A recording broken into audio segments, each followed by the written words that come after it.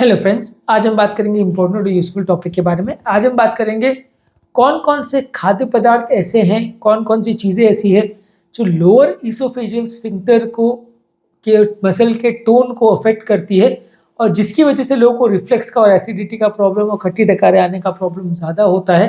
तो कौन कौन सी चीज़ें लोअर इसोफेजियल स्फिंक्टर को अफेक्ट करती है और ये बेसिकली होता क्या है, क्यों ये इंपॉर्टेंट है, क्यों ये रिलेवेंट है, इस बारे में आज डिस्कशन करेंगे। एसिडिटी पेशेंट और रिफ्लक्स का जिनको प्रॉब्लम है उनके लिए एक चीज़ें काफ़ी रेलेवेंट है, क्योंकि ये काफ़ी इंपॉर्टेंट कॉमन प्रॉब्लम है जो कि काफ़ी कॉमनली लोगों को होती है। काफ़ी ज़्यादातर लोग इससे परेशान रहते हैं और लोगों को बार बार खट्टी डकारे वगैरह आती है, खासकर रात को सोने के टाइम। तो आज इसको डिस्कस करेंगे। बेसिकली लोअर इसोफेजियल स्फिंक्टर होता क्या है और ये क्या क्या चीज़ों से इफेक्ट होता है।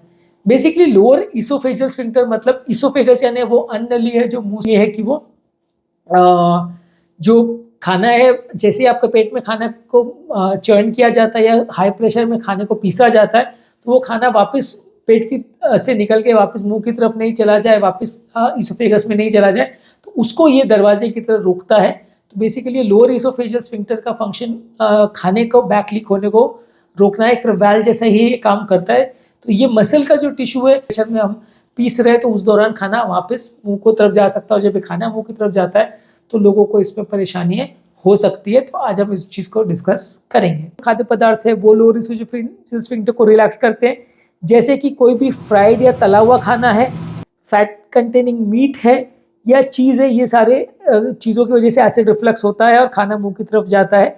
ये फैट वाले फूड जो है लोअर इसोफेजियल स्फिंक्टर को रिलैक्स करते हैं।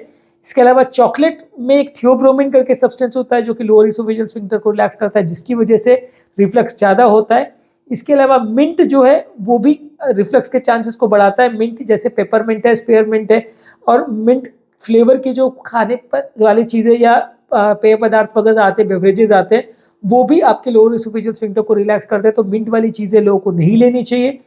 इसके अलावा अल्कोहल भी लोअर इसोफेजियल स्फिंक्टर को रिलैक्स करता है, तो अल्कोहल भी उनके लिए अच्छा नहीं है जो लोग को एसिडिटी का या रिफ्लक्स का प्रॉब्लम है। इसके अलावा खट्टी चीज़ें जैसे कि सिट्रस फ्रूट्स है, जिसमें कि ऑरेंज है, लेमन है, ग्रेप फ्रूट्स है, ये सारी चीज़ें भी आपके पेट और इसोफेगस को इरिटेट करती है, जिसके वजह से एसिड रिफ्लक्स होता है।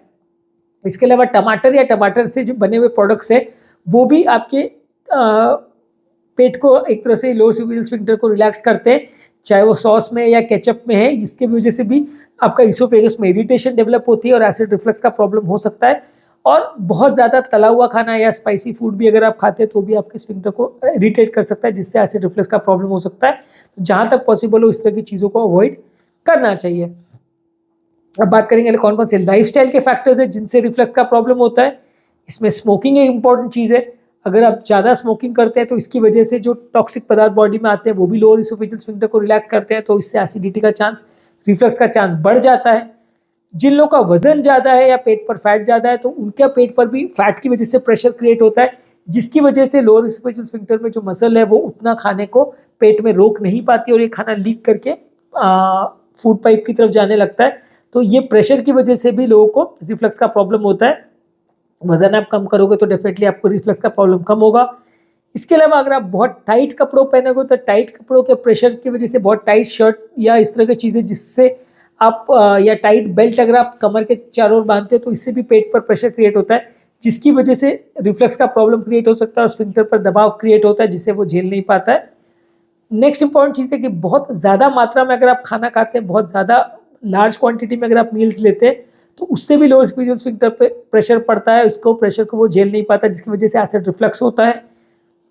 नेक्स्ट है कि खाना अगर आप रात को सोते के टाइम खाएंगे या जब आपको नींद आ रही है उसी टाइम पर अगर आप खाना को खाओगे और उसके बाद तुरंत अगर आप लेट जाते हो तो पेट में ये बिना पचा हुआ खाना जो पड़ा रहता है वो ग्रेविटेशनल फोर्स की वजह से स्फिंक्टर पर आधे घंटे के अंदर अगर खाना खाते तो डेफिनेटली आपको एसिडिटी का प्रॉब्लम ज़्यादा हो सकता है। इसके अलावा अगर आप मेंटल स्ट्रेस लेते हैं तो उससे भी एसिडिटी बढ़ती है और इससे भी आपका लोअर इसोफेजियल स्फिंक्टर रिलैक्स होता है और इससे भी एसिडिटी का प्रॉब्लम बढ़ सकता है।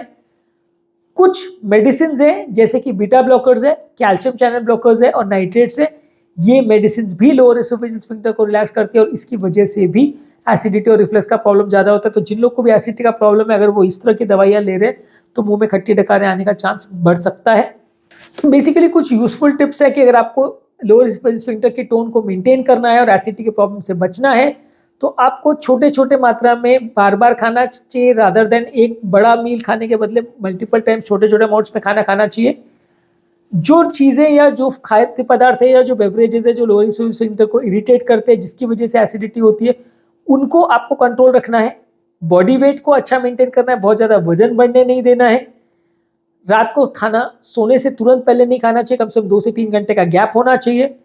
लूज फिटिंग के कपड़े पहनने चाहिए, बहुत ज़्यादा टाइट कपड़े नहीं पहनने चाहिए। मेंटल स्ट्रेस को कम करने के लिए योगा, डीप ब्रीदिंग एक्सरसाइज, प्राणायाम, इस तरह की चीज़ें करिए, तो इससे भी आपका मेंटल स्ट्रेस कम होगा, तो एसिडिटी का प्रॉब्लम कम होगा। और स्मोकिंग जो लोग करते हैं उनको स्मोकिंग को रोक देना चाहिए, बंद कर देना चाहिए, तो इससे भी आपका एसिडिटी का प्रॉब्लम कम हो जाएगा, रिफ्लेक्स का प्रॉब्लम कम हो जाएगा, लोअर स्फिंक्टर का टोन इम्प्रोवाइज होगा, तो जिससे कि रिफ्लेक्स रिलेटेड प्रॉब्लम्स कम हो गए। तो आज के टॉपिक में हमने बात करी उन फूड प्रोडक्ट्स के बारे में जिनसे आपको रिफ्लेक्स का प्रॉब्लम बढ़ता है और स्फिंक्टर का टोन कम हो जाता है। जो लोग इसका थोड़ा ध्यान रखते हैं और इसके लिए थोड़ा फूड प्रोडक्ट्स को प्रॉपरली अगर चूज़ करते हैं, लाइफस्टाइल मॉडिफिकेशन को चूज़ करते हैं, उनको दवाओं की ज़रूरत कंपैरेटिवली कम पड़ती है एज़ कम्पेयर टू उन लोगों को जो लापरवाही करते हैं और जिसकी वजह से उनको एसिडिटी का प्रॉब्लम होता है और उनको मेडिसिन ज़्यादा लेनी पड़ती है। तो इन चीज़ों को अगर आप ध्यान रखेंगे तो आपको डेफिनेटली एसिडिटी का प्रॉब्लम कम होगा, रिफ्लेक्स का प्रॉब्लम कम होगा, दवाइयों की ज़रूरत कम पड़ेगी। तो आज के टॉपिक में हमने लोअर इसोफेजियल स्फिंक्टर क्या होता है और वो किस तरह से काम करता है और वो किन चीज़ों से अफेक्टेड होता है उस बारे में बात की। जो लोग हमारे चैनल पे नए हैं उन्हें रिक्वेस्ट करेंगे कि चैनल को सब्सक्राइब करें, ऐसा करने से चैनल को कंटिन्यू करने के लिए हमें मोटिवेशन और इंस्पिरेशन मिलती है। जो लोग हमारे चैनल पे बहुत डिटेल वीडियो नहीं देखना चाहते हैं उनके लिए रेगुलर बेस पे हम यूट्यूब शॉर्ट्स अपलोड कर रहे हैं, जिसपे सारे टॉपिक का 1 मिनट में हम आपको ब्रीफ समरी देते हैं, तो आप इस कंटेंट को देख सकते हैं। सोशल मीडिया ग्रुप्स और फ्रेंड्स, फैमिली और रिलेटिव्स के साथ शेयर कर सकते हैं हेल्थ टिप्स की तरह। और ये सारा कंटेंट को हम फेसबुक और इंस्टाग्राम पे भी अपलोड कर रहे हैं, तो वहाँ पे भी आप हमें फॉलो कर सकते हैं और इस कंटेंट को हेल्थ टिप्स की तरह अपने फ्रेंड्स के साथ शेयर कर सकते हैं।